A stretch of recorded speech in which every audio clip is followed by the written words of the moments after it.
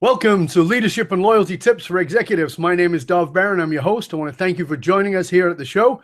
And if you're new to the show, welcome. Thank you for joining us. Please remember to share the show with everybody you know, and we appreciate it if you go to iTunes and review the show. That would be great. If you are a regular, we really appreciate that. Because of you, we are #1 in the Fortune 500 category and always at the top with leadership and business. So thank you very much. All right, my leadership tip for today is to do with decision making. As a leader, I'm sure you're aware that decisions are difficult.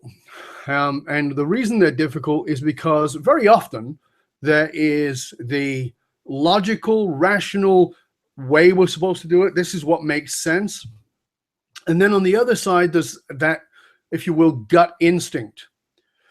When we look at the most successful teams that we go in and work with, we find that invariably there are invisible factors at work. And some of those are like, for instance, gut instinct.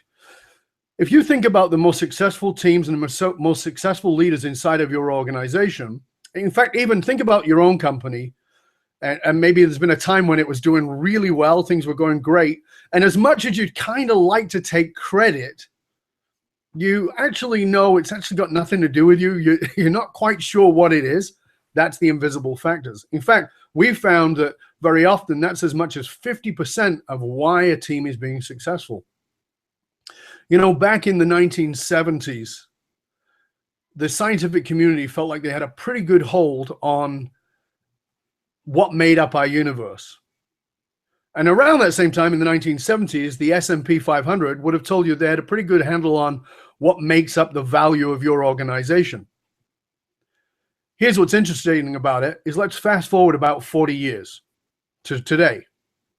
And what we know now is that the scientific community will tell us that the very thing they thought made up the universe, which is normal, natural matter, actually only makes up about 4% of the universe. The other 96% is either dark matter or dark energy, things that were previously completely invisible to us. The S&P 500 will tell you now, you can go read it yourself, that the more than 80% of the value that is held on the S&P 500 is in intangible assets, the very things that cannot be seen. So often we make decisions based on what is in front of us, as in it's visual, it's available, it makes sense. But the truth is, it's like the iceberg. It's everything that's below that is actually driving everything that happens. And this is also true when it comes to decisions. Let me give you an example. For about 3 years, my daughter didn't speak to me. Now, that was a pretty difficult time. She had asked me for something that I felt I couldn't say yes to. And I got to tell you that before I came to the decision, before I told her about the decision, I battled internally because the logical thing was to say yes. This was my daughter. I love her. I wanted her in my life. I want things to be good between us. But instinctively at that gut level, I knew I had to say no. The result was that she didn't speak to me for 3 whole years. 3 years. And in that 3 years, I got to tell you that I spent a lot of time and a lot of energy wondering if I'd done the right thing, had I made the right decision. And you, if this decision was yours, you may have made a very different decision. It was just the one I felt I had to make. And I doubted it every single day. And then, talking about invisible factors, an invisible factor came into play that healed our relationship. Something I could never have predicted, and I'm sure you would probably never predict, and that was this. About 3 years after we'd not spoken, because I didn't have her phone number, she'd cut off all contact with me, I get a call. My answering machine says it came about 4 o'clock in the morning. So the next day, I recognize that it's my daughter's voice, but it's kind of garbled and not very clear. So I reach out to my family and say, I know you can't give me her number. I don't expect that, but at least can you let her know that I got her message and that I would like to speak to her?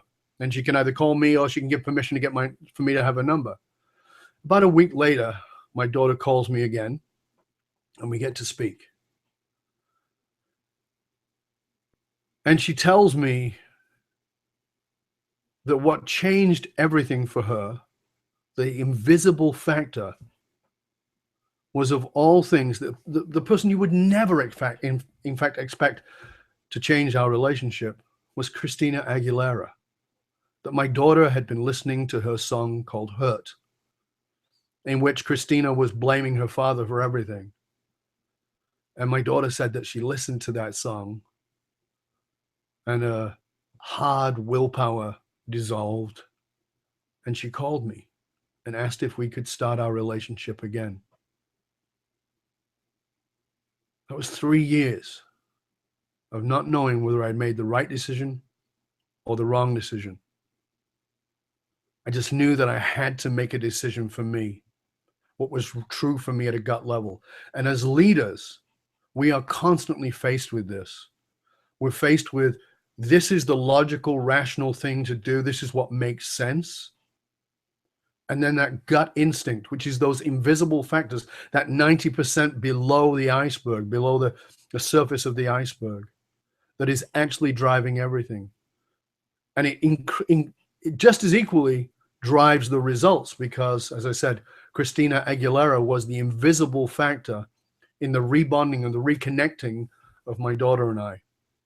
So when it comes to decision making, yes, you can do out your chart of positives and negatives and look at both sides of those things. But the truth is that as a leader, you know what the answer is. You know what the truth is. It's what is invisible. It's the dark matter of your own knowing. The stuff that makes up 96%, not the 4%, but the 96%. So this is Dov Baron, host of Leadership and Loyalty Tips for Executives. I want to thank you for joining me. If you've gotten a lot out of this tip, please feel free to share it with everybody you know and everybody who should care about these kinds of things.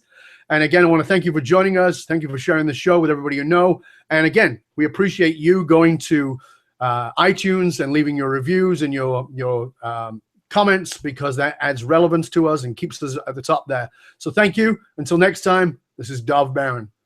Stay curious, my friend. Stay curious.